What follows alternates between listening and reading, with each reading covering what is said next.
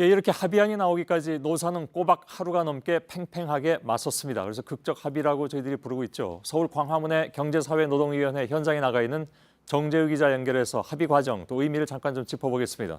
정재우 기자, 원래 경사노위가 합의안을 내겠다고 한 것은 어제지 않았습니까? 네, 맞습니다. 하지만 오늘 새벽 3시 반까지 12시간 넘게 마라톤 회의를 해도 결론이 나지 않자 마감 시한을 하루 더 늘린 겁니다.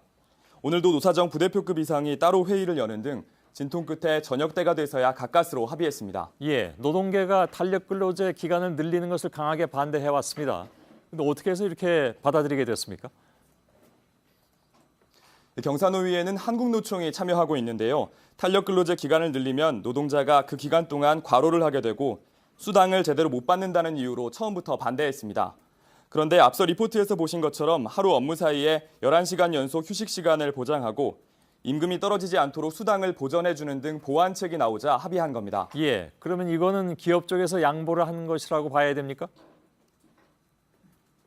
노사 양쪽이 모두 양보를 한 거라고 볼 수 있습니다. 3개월에서 6개월로 기간을 늘린 것 자체가 재계 쪽 주장을 받아들인 것이고요. 천재지변 같은 특수 상황에서는 노동자와 협의만 되면 노동 시간을 일시적으로 더 늘리게 해달라는 기업 측 입장도 반영됐습니다. 예. 자, 그러나 아까 리포트에서 전해드린 것처럼 민주노총은 이 안에 굉장히 반대를 하고 있는 것이 현실이기도 합니다.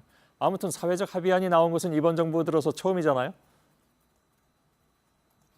예, 그렇습니다. 문재인 정부가 사회적 대화를 통해 노사 갈등을 풀어가겠다고 했는데요. 실제로 합의로 이어진 건 이번이 처음입니다. 옛 노사정위원회가 경제사회노동위원회로 바뀐 뒤 첫 합의이기도 합니다. 예. 자, 사회적 합의안이 이렇게 어렵게 나오긴 했으나 그렇다고 해서 곧바로 노동 현장에서 적용되는 건 또 아니죠. 2월에 임시국회에서 법 개정을 해야 되는 그런 문제가 남아있죠. 예, 국회에서 법안이 통과돼야 합니다. 오늘 나온 합의안을 경사노위 본회의를 거쳐 국회에 제출하고 이를 바탕으로 국회에서 논의를 합니다. 여야가 기간 확대 방침에 동의한 만큼 법안 통과가 어렵지는 않을 전망입니다. 하지만 경사노위에 참여하지 않은 민주노총 등이 강하게 반발해 갈등은 계속될 것으로 보입니다. 예, 알겠습니다. 정재우 기자가 전해드렸습니다.